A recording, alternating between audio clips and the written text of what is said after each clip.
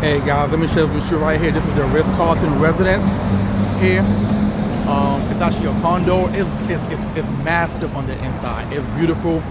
I toured this years ago when I was actually looking. I wish I would have bought it then, but again, I had a wake up call like, yeah, this all the condo fees and things like that. It's like, nah, this is not for me. You understand? But listen, I wanted to say this, like this home ownership thing. It's not. I need you guys to do a little more homework on this, right? Because I haven't found one person yet who owned these homes and who was happy. You know who's really truly happy owning a home? A person who makes significant amount. If you're making 250, because remember 100K is not 100K anymore. 100K is almost like 50K now. It's like garbage. It's not money anymore. It's not money. And some of you can get on here. Oh, why can you say that? Because I know. It's like, you should be like, because I know what you're talking about. You know what I'm saying? So at the end of the day, like if you're making $250 a year, then maybe get into a home, but don't let your mortgage be no more than $3,000 a month, because you gotta factor in your home assessment. So your property, your payment might go up the following year. You gotta factor in the maintenance, expenses, all these things, right? So yeah, so the person who's really doing well on the home is making above and beyond $250 a year, because now they can still invest money for their financial future. You see what I'm saying? But this whole idea that everybody can buy a home, you may qualify on paper because of your credit or whatever like that, but that don't mean you should be buying. It does not mean you should be buying. Foreclosures right now is at an all-time high. Okay?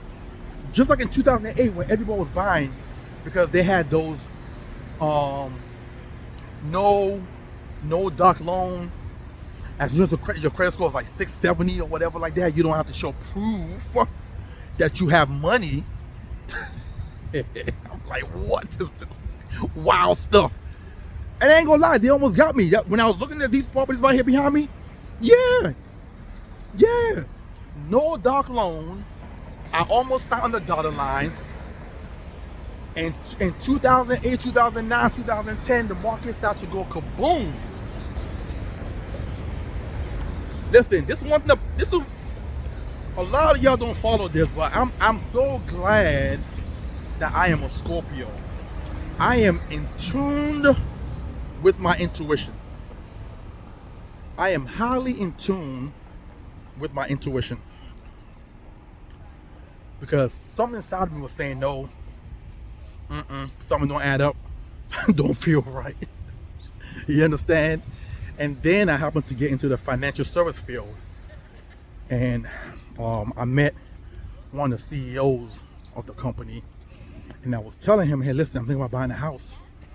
And he said, hey, Brother Max, let me put to your side real quick. I said, what's going on, sir? He was like, why you wanna buy a house?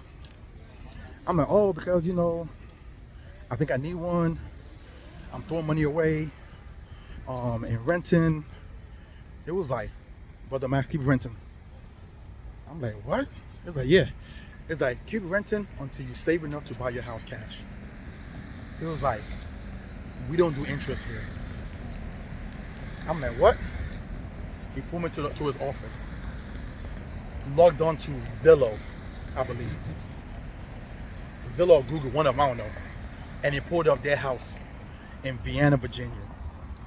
This massive house that he paid for, cash, $500K. Him and his wife. I'm like, how did you save $500,000? He's like, we just did it. We said this is what we want to do, and we did it. So it's like, if we would have paid interest, we would have ended up paying a total of 1.something million, almost $700,000 more than what the actual house cost. And he was like, when he told me this part right here, I was like, yo, what?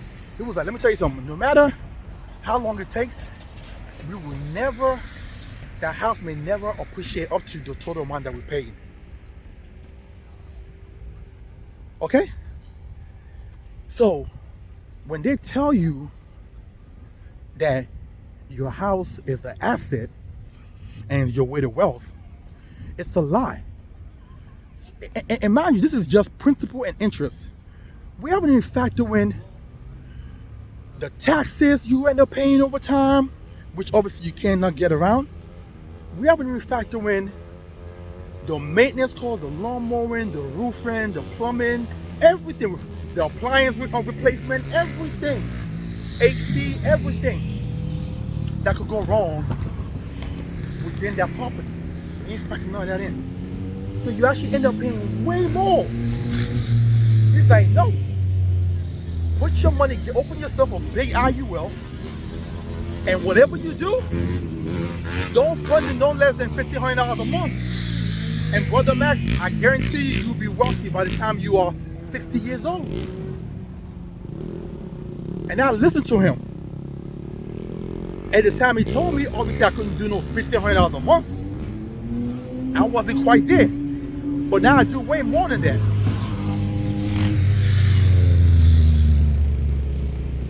But now I do way more than that. You understand? So when these when wealthy people talk, you should listen.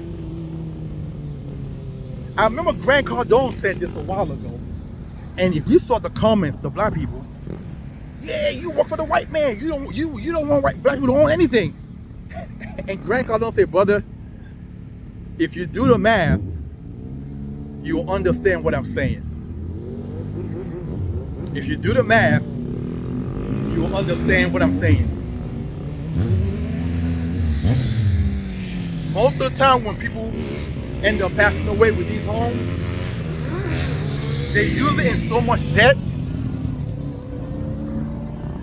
that the house gets taken anyway. Or most of the time, they pass away without any life insurance.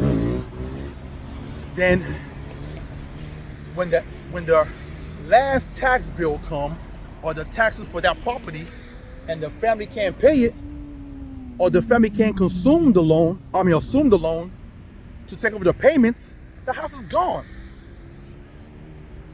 It's very, very rarely do you have a situation where a house is paid for free. I did a Google search one time, and I believe the number was like 75% of people would die still on the mortgage. 75% of the people would die still on the mortgage. Okay. How is that now? How can you now say that's wealth? If you die still on a debt on that property, explain that for me. And most of these people don't have any life insurance. Right now in America, 49% of the people in the country don't have any life insurance. 49%. Another 68% are highly underinsured. Highly underinsured. Which means they have way more debt than they do insurance coverage. Right? Let me show you guys this real quick. That was the sun. Real pretty. Right? 68% of the people are highly underinsured. Right? But then somehow, somebody have sold you on the fact that real estate is the key to wealth. Again, I challenge you guys to find me 10 people. Not 10 people who you know social media wise, somebody telling you whatever, some wealthy person. Because if you're wealthy, you can play those type of games. But if you're an average individual, I want you to find me 10 people who can tell you that their house made them rich. Just 10. I don't want 100. I just want you to find me 10 people that can tell you that their house made them rich. You're not going to find it. You are not going to find it.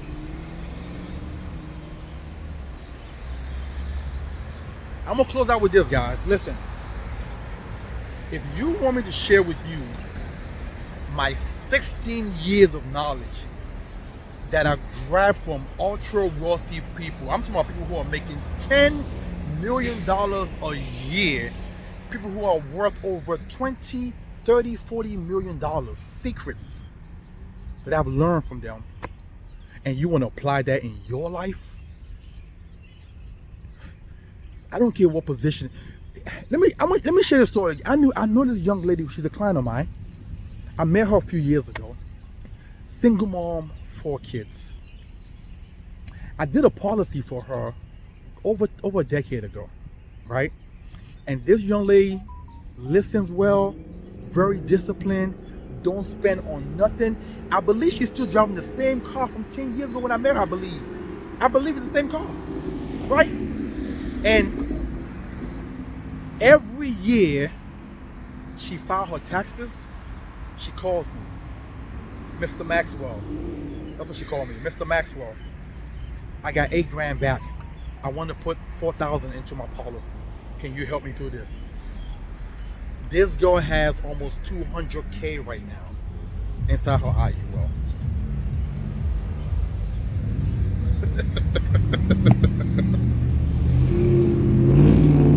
This girl, and I call her a girl because she's a woman, okay, but she's young. I think she's probably about 6 years younger than me, okay. But if you see her, you think she's like in her 20s. She looks like a young lady, okay.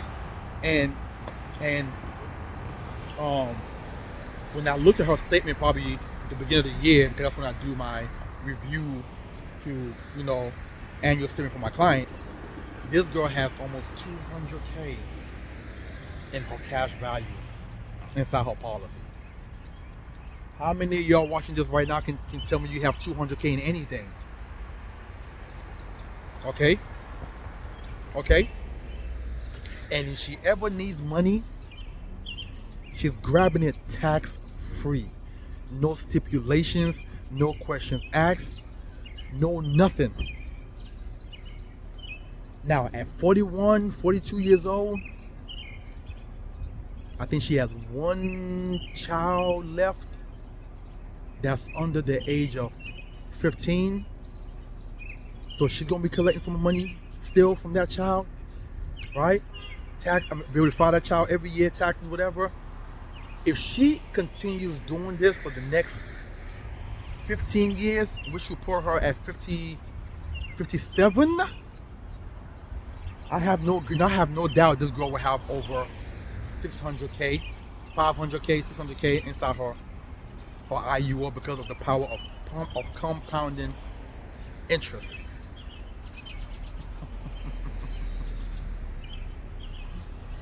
But yet they tell you guys to go park your money inside of a house. Money that you can't touch, money there's so much stipulation, money that's also market based. Because your value of your house can also go down based on the market, based on your neighborhood, based on a bunch of things. And that's what they sold you on.